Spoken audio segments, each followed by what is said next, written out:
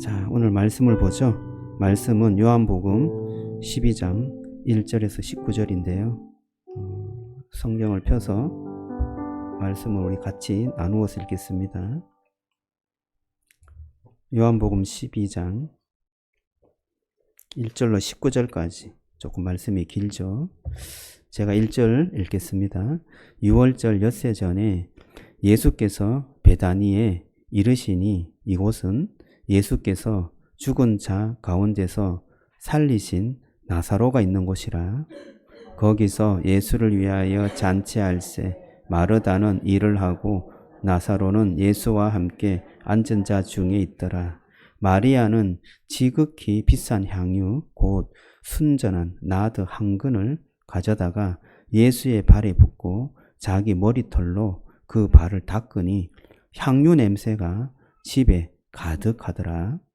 제자 중 하나로서 예수를 잡아줄 가룟 유다가 말하되 이 향유를 어찌하여 300데나리온에 팔아 가난한 자들에게 주지 아니하였느냐 하니, 이렇게 말함은 가난한 자들을 생각함이 아니요 그는 도둑이라 돈깨를 맞고 거기 넣는 것을 훔쳐 가미러라.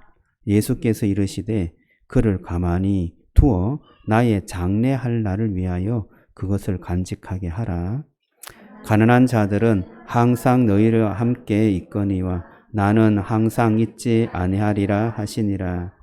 유대인의 큰 무리가 예수께서 여기 계신 줄을 알고 오니 이는 예수만 보기 위함이 아니요 죽은 자 가운데서 살리신 나사로도 보려 함이로라.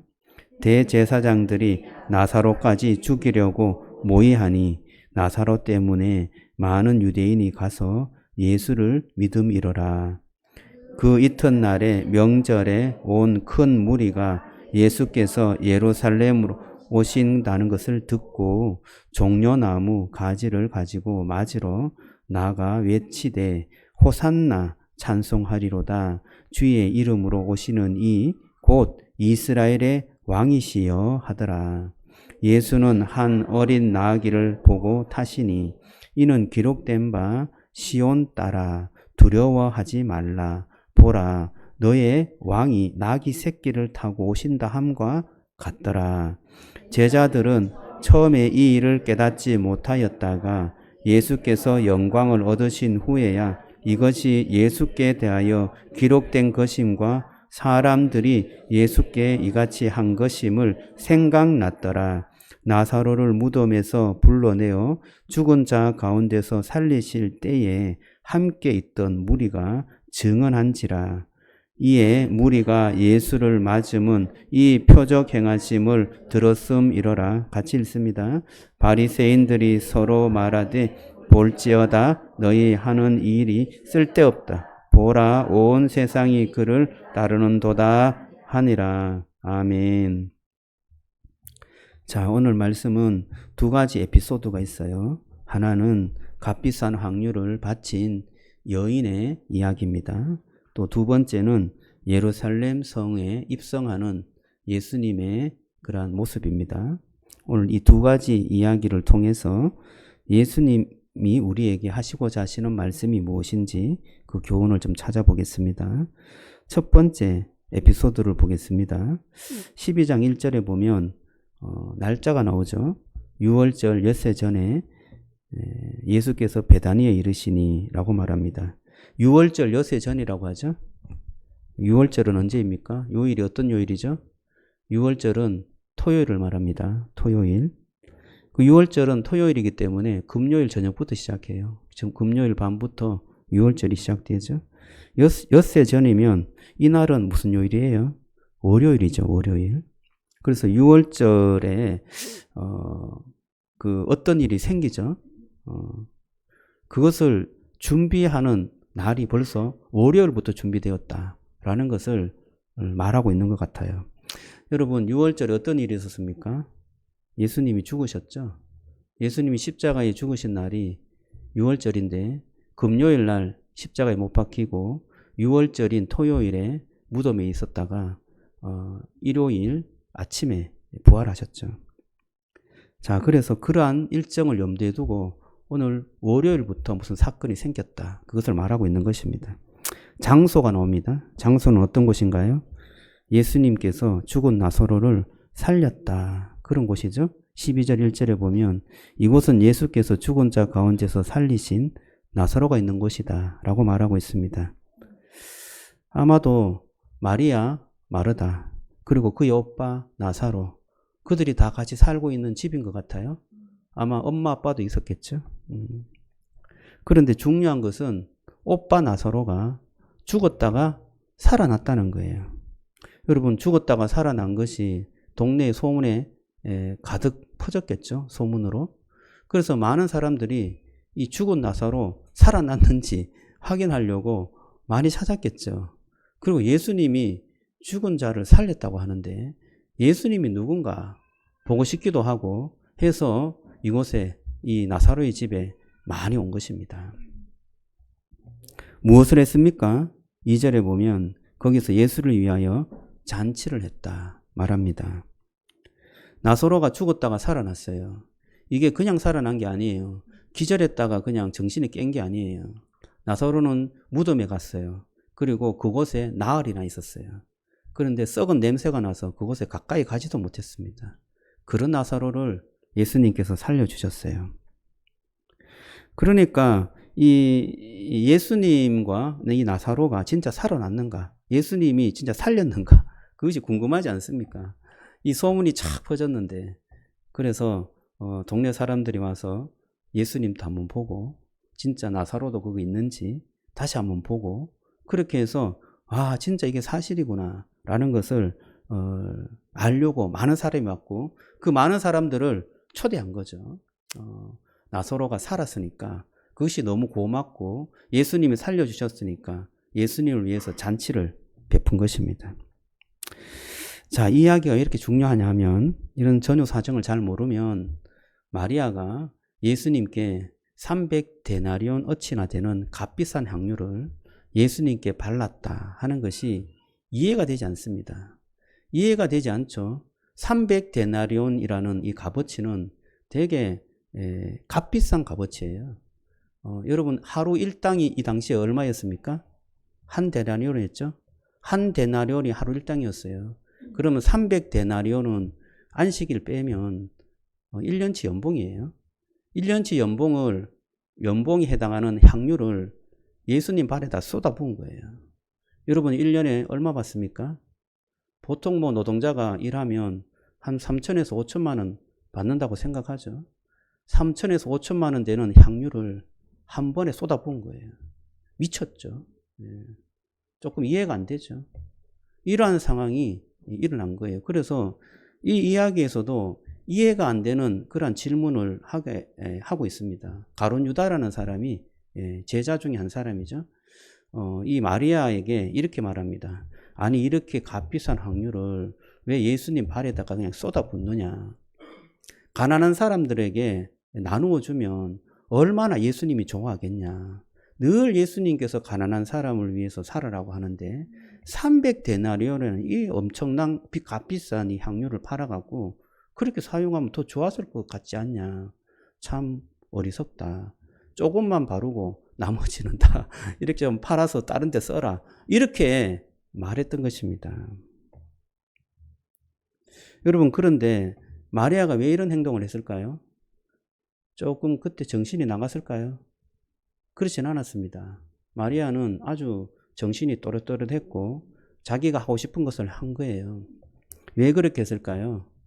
오빠 나사로가 죽었다가 살아났기 때문입니다. 여러분 죽었다가 살아난 것이 그게 뭐 300데나리온 어치의 뭐 값어치 정도밖에 되지 않을까요? 오빠가 죽었는데 썩어서 냄새나는 그 시체가 살아났다니까요. 이것은요 말로 표현할 수 없는 기쁨이었어요. 이 마리아는 그 기쁨이 주체할 수 없었어요.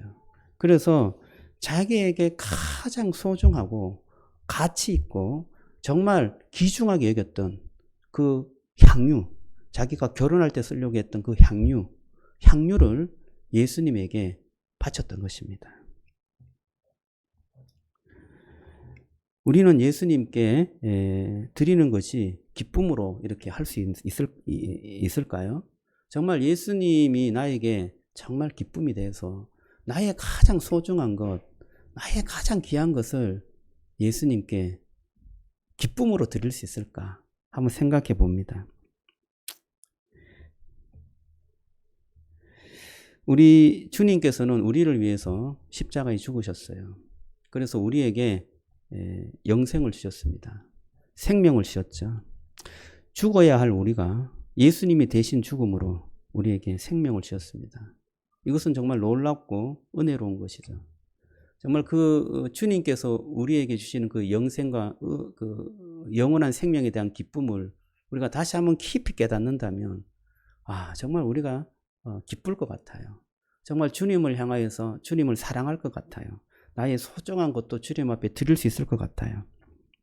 요즘에 우리 아이들과 함께 말씀을 암송합니다. 성령의 열매를 지난주에 암송했어요.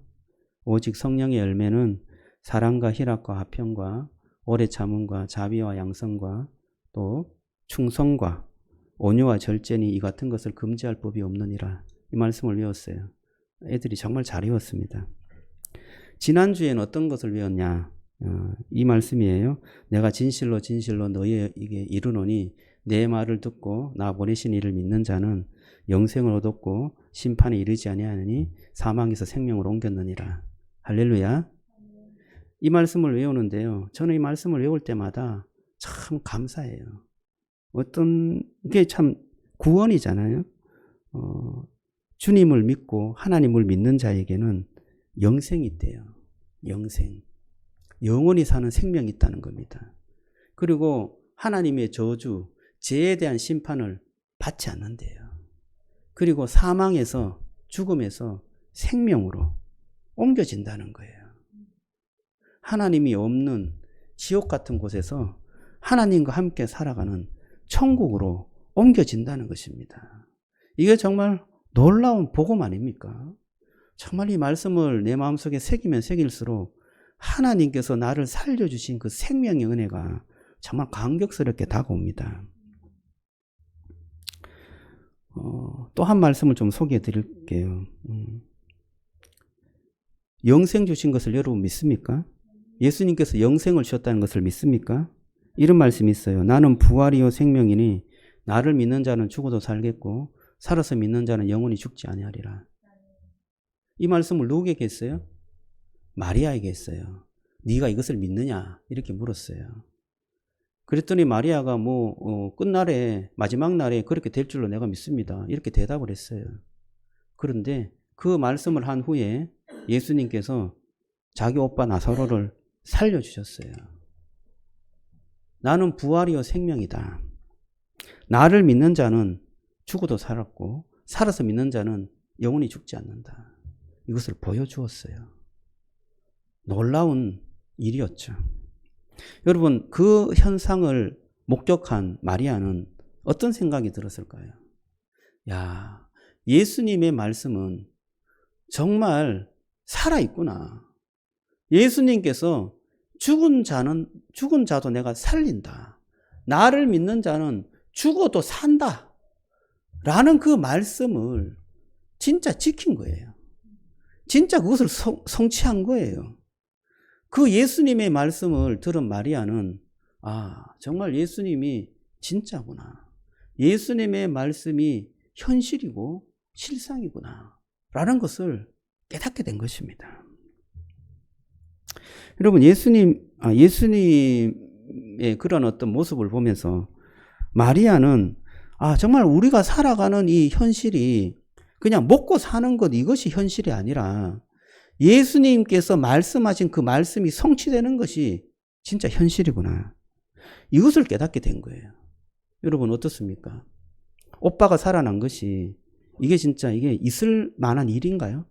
오빠가 살아났어요. 죽은 오빠가. 이것을 보고요. 마리아는 정말 예수님이 진정한 이 세상의 실제의 모습이고 내가 믿어야 될 사람이고 예수님의 말씀이 곧 현실이 되는 이러한 것이 내가 믿어야 할 그러한 말씀이구나 라는 것을 깨닫게 된 것입니다. 그래서 예수님에게 정말 자기가 소중한 것, 값비싼 향유, 나드 한 건이나 되는, 나드라는 것은 인도에서 수입한 향유 같아요. 그러니까 시중에서 구할 수 없는 아주 귀한 것이죠. 이 나드 향유를 예수님에게 바칠 수 있었어요. 기쁨으로 바칠 수 있었어요. 여러분, 우리에게도 기쁨이 회복되었으면 좋겠습니다. 주님의 말씀이 좋아서 내가 가장 가치 있는 것을 주님께 드릴 수 있었으면 좋겠어요. 여러분, 가장 가치 있는 것이 어떤 거예요? 여러분에게 다 주어진 시간이 그래도 가치 있죠? 여러분, 그 시간을 하나님께 드리시기 바랍니다. 정말 하나님께서 나에게 놀라운 은혜와 사랑을 베풀어 주신 것이 확실하고 그게 분명하다면 여러분이 가장 소중하고 여기는 것을 하나님 앞에 드릴 수 있는 믿음이 있기를 주님의 이름으로 축복합니다. 요즘에 말씀을 읽고 말씀을 암송하는 붐이 교회에 좀 일어나고 있어요. 오늘 박정은 집사님 기도할 때도 그렇게 기도하셨는데요. 제가 하라고 했으면 할 수 있을까요? 안 할 것 같아요. 이제 목사가 뭐 이렇게 말씀 읽자, 뭐 암송하자 그러면 아유, 목사님이나 제대로 하세요 라고 하지 않았을까. 그런데 뭐 제가 하라고 소리는 안 했어요. 그런데 말씀을 계속해서 읽자고 하고 또 암송하고 또 어린이들도 암송하는 것을 싫어하지 않아요. 열심히 해요. 이것이 그냥 뭔가 어떤 해야 된다는 그런 의무에서 하면 기쁨이 없죠. 그런데 하고 싶은 거죠. 여러분, 말씀을 계속해서 읽고 그 말씀 속에 있는 예수님을 발견하고 싶습니까? 그 예수님께서 나에게 하신 일을 계속해서 묵상하고 싶습니까? 그 예수님의 말씀을 내 마음에 새기고 싶습니까? 여러분, 그 예수님이 여러분이 하신 일을 기억하면 정말 그 예수님이 여러분 마음속에 잘 새겨져서 그 예수님 여러분의 기쁨이 되고 인생에 그런 놀라우신 힘이 되고 또 어려움과 여러 가지 아픔이 있을 때 용기가 되고 위로가 되는 그런 말씀으로 마음에 새기시기를 주님의 이름으로 축복합니다. 그래서 우리의 에너지를 쓰고 시간을 사용합니다. 그게 좋으니까. 그런데 신앙생활 하다 보면 기쁨만 가지고 할 수는 없는 거예요. 그러니까 내가 막 좋아서도 하지만 좋지 않지만 하는 게 있어요. 막 기뻐서도 하지만 기쁨이 없는 가운데서도 순종할 수 있는 게 있어요. 아브라함의 예를 좀 들어드리겠습니다. 아브라함이 믿음으로 의롭다함을 얻었어요. 그 믿음은 어떤 믿음이에요? 아브라함의 믿음은 자기 독자 이삭을 바치는 믿음이었어요. 그렇지 않습니까? 자기의 외아들, 하나밖에 없는 아들, 하나님께서 바치라 그러니까 바쳤어요. 정말 믿기지 않는 일인데 바쳤습니다. 왜 바쳤을까요? 아브라함은 그동안에 하나님께서 약속한 것을 하나님이 반드시 성취한다는 것을 깨닫게 됐어요. 어떤 일이 있어도 하나님이 약속한 것은 하나님이 지키신다. 그것을 믿게 된 거죠. 그런데 하나님께서 외아들 이삭을 주기도 하셨지만 그 외아들을 바치라고 하니까 바친 거예요. 이 외아들 내가 바치면 하나님께서 이 외아들을 통하여서 수많은 민족을 이루겠다고 약속했는데 이 아들이 죽었다가 다시금 하나님께서 살리셔서라도 하나님께서 약속을 지킬 거다. 그것을 믿은 거예요. 근데 여러분, 아버지가 아들을 죽여야 되는데 기쁜 마음으로 죽일 아버지가 있습니까? 아유, 아들 니 잘 죽어라 하고 죽일 수 있는 아버지가 있겠어요? 그것을 순종할 때 그 아브라함, 그 아버지의 마음은 어땠을까요? 정말 괴롭고 마음이 아프고 힘들었을 거예요. 그런데 하나님께서 명령하시고 말씀하시니까 순종한 거예요. 믿음을 가지고 순종한 거예요. 믿음을 가지고 순종하는 그 순종도 하나님께서 기뻐 받으십니다. 아브라함은 하나님께서 약속을 성취한다는 그 은혜를 입었어요. 그 은혜는 이해할 수 없는 말씀에도 순종하게 만드는 힘이 있었어요. 마리아도 예수님께 은혜를 입었어요. 그 은혜는요, 도저히 납득할 수 없는 그러한 헌신을 하도록 하는 힘이 있었어요. 예수님은 마리아의 행동에 하나를 더 말씀해 주십니다. 마리아는 내가 장례 치르는 것을 향유를 바르는 것으로 대신했다. 그러니까 말리지 말고 하도록 내어버려 두라. 그렇게 말씀하셨어요. 장례를 치르는 것에 대해서 이 마리아가 먼저 준비를 했다라는 말씀이에요. 향유를 이렇게 많이 소비하는 것은 두 가지밖에 없습니다. 향유를 이렇게 300데나리온 한 건이나 이렇게 막 바르고 하는 것은 두 가지밖에 없어요. 첫 번째는 왕의 대관식이에요. 왕이 인관을 할 때 머리에 기름을 발라요. 그때 엄청나게 기름을 많이 바르죠. 이때는 머리에 바릅니다. 그런데 또 하나는 장례식 때예요. 장례식 때 그 많은 향유를 갖고 와서 썩어서 냄새 나니까 발에, 그때는 발에 발라요. 발과 다리에 향유를 바릅니다. 근데 마리아가 어디에 발랐어요? 발에다 발랐어요. 그 많은 향유를 발에다 바른 거예요. 그러니까 예수님이 이 마리아의 행동을 보고 나의 장례를 준비하는 거다라고 말하고요. 이 여인의 헌신을 복음이 전하는 곳곳마다 빠지지 말고 전하게 하라라는 말씀도 다른 성경에는 덧붙이고 있습니다. 저는 이 사건을 두 가지 구도에서 좀 보고 싶어요. 하나는 허상과 실상의 구도입니다.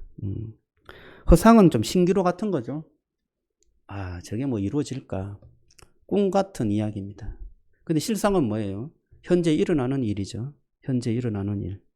보통 우리는 다 실상, 그것을 믿고 따라가고 삽니다. 허상은 좀 좋은 것 같지만 그것은 신기루 같이 없어지는 것이죠. 따라가 봐야 헛것입니다. 여러분, 마리아와 가룟 유다 중에 누가 허상을 쫓고 누가 실상을 쫓은 것 같습니까? 가룟 유다는 되게 현실적인 사람이었어요. 저 돈이, 그러니까 그 향유를 팔아서 한 300데나리온 받으면 가난한 사람에게도 주겠지만 헌금도 하겠죠. 그러면 저 돈이 나의 이 돈께에 들어오면 와, 우리 뭐 제자들하고 예수님하고 뭐 맛있는 거 먹고 제대로 살겠다. 이런 생각도 하지 않았을까요? 그리고 내가 돈께 맞았으니까 뭐 한두 푼 정도 슬쩍 내 주머니에 넣기도 하고, 아, 저 돈이 우리한테 왔으면 좋겠다. 이런 생각도 했을 거예요. 그리고 자기의 살 길을 아주 빨리 찾아가는 그런 약삭 빠른 사람이었습니다. 현실적인 사람이었죠. 그리고 자기가 어떻게 해야 살아갈지 잘 아는 사람이었습니다. 그런데 중요한 것은 이 가룟 유다는 예수님의 십자가의 죽음을 이해하지 못했습니다. 예수님, 우리 스승이 왜 십자가에 죽어야 하느냐? 우리 스승은 왕이 되셔갖고 로마의 압제에서 벗어나게 하고 우리를 잘 먹고 잘 살게 해줘야 할 왕이지 않느냐? 그런데 왜 십자가에 죽어야 하는가? 납득할 수 없다. 내가 생각하는 메시아가 아니다. 그렇게 생각한 거예요. 예수님이 십자가에 자꾸 죽는다고 하니까 예수님을 팔아버렸어요. 그리고 그 돈을 양심에 갇히게 되니까 성전에다 던져버리고 자살했습니다. 참 불행한 인생을 산 거예요. 그런데 이 가룟 유다는 굉장히 현실적이었고 또 자기의 그 현실을 따라서 자기의 살 길을 되게 약삭빠르게 찾아가는 인물이었습니다. 그런데 결과는 어떻게 됐죠? 불행한 인생으로 마감하였습니다. 그에 비해 여러분, 마리아는 현실적이었습니까? 제가 볼 땐 되게 현실적이지 않은 것 같아요. 이 마리아는 300데나리온 되는 그 엄청난 값비싼 향유를 예수님의 발에다가 부어버리는 비현실적인 사람이었습니다. 근데 마리아는 예수님에게 그럴 만한 가치가 있다고 믿었어요.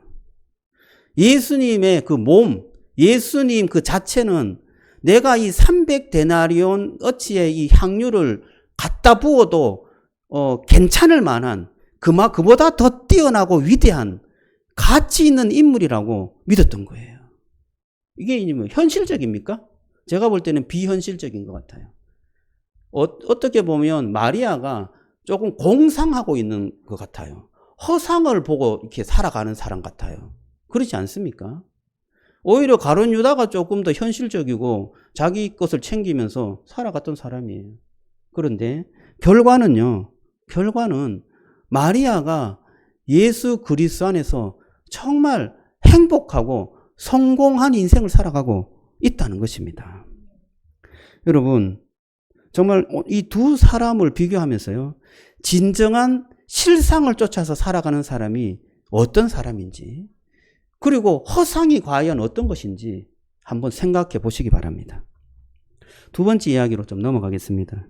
예수님은 이튿날 예루살렘 성으로 들어가셨어요.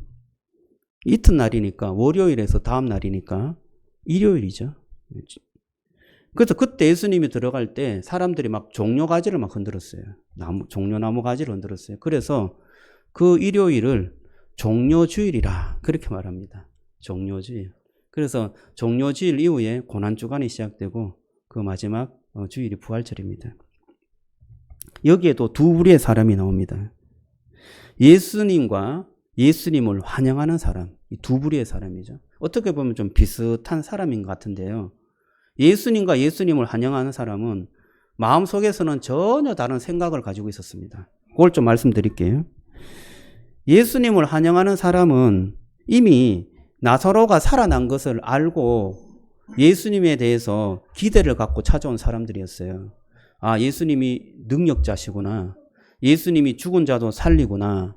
예수님이 구약에 말씀하신 메시아 정도가 되어서 이 나라를 세울 만한 분이시구나 라는 것을 알고 예수님이 예루살렘에 입성하는 것을 열렬히 활용했어요. 막 진짜 열렬히. 인기가 많았습니다. 예수님이 이렇게 인기를 누린 적이 없었는데, 아니 예루살렘 성에 들어가는데 사람들이 막 호산나 그러고 또 찬송하리로다 주의 이름으로 오시는 이스라엘 왕이시여 막 그러면서 환호성을 막 지르고 그 열기가 대단했습니다. 자, 그런데 이 사람들이 왜 예수님에게 이렇게 열렬히 환호를 하고 환영을 했을까요?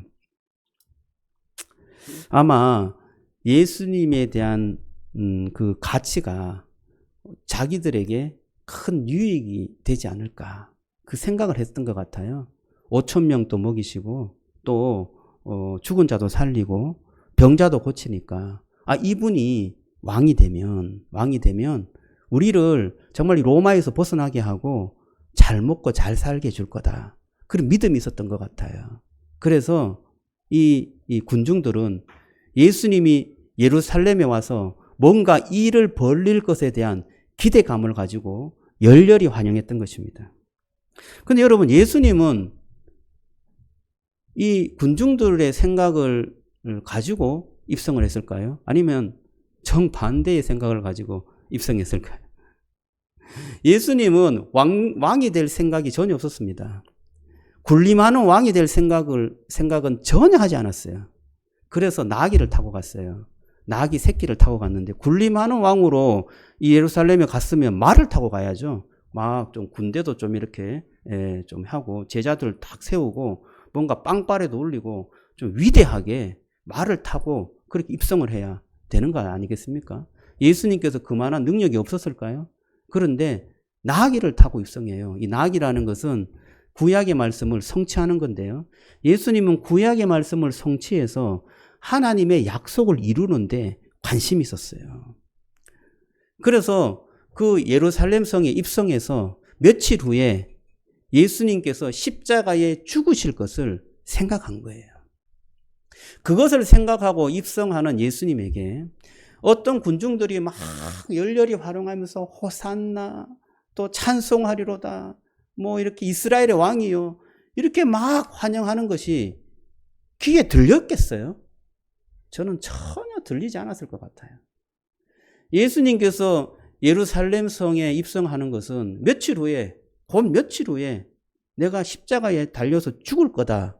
그 죽음을 염두에 두고 들어가는 거잖아요. 그 전에 벌써 마리아가 향유를 바르는 것이 장례 때문이다 라고 말하는 것은 죽음을 예감하고 있다는 거예요.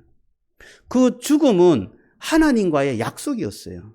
그리고 이 인간들을 살리려면, 이 죄에서 구원을 하려면 내가 죽어야 한다는 것을 알고 있었던 거예요.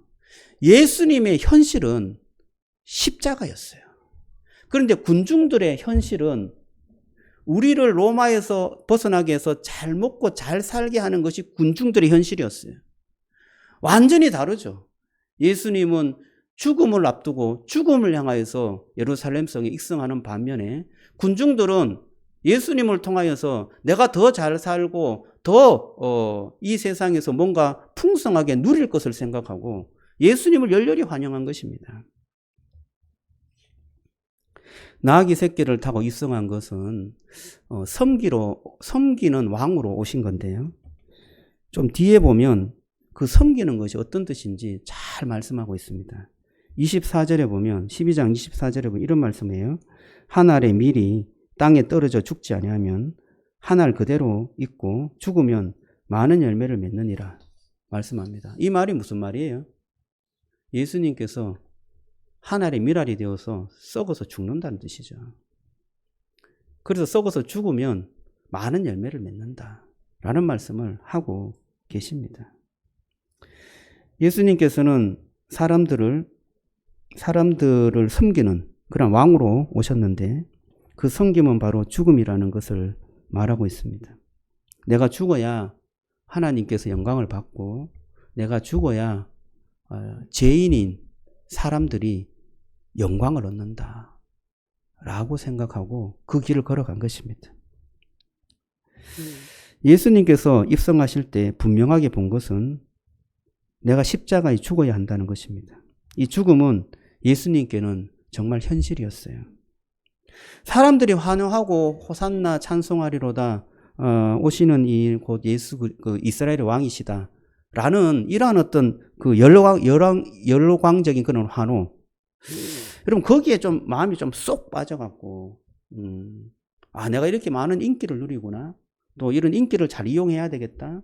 또 이렇게 인기를 누리면서 이 사람들을 통해서 내가 뭔가 좋은 것을 해야 되겠다라는 생각을 하면 뭐 예수님께서 그렇게 막 나귀 타고 그렇게 하진 않겠죠.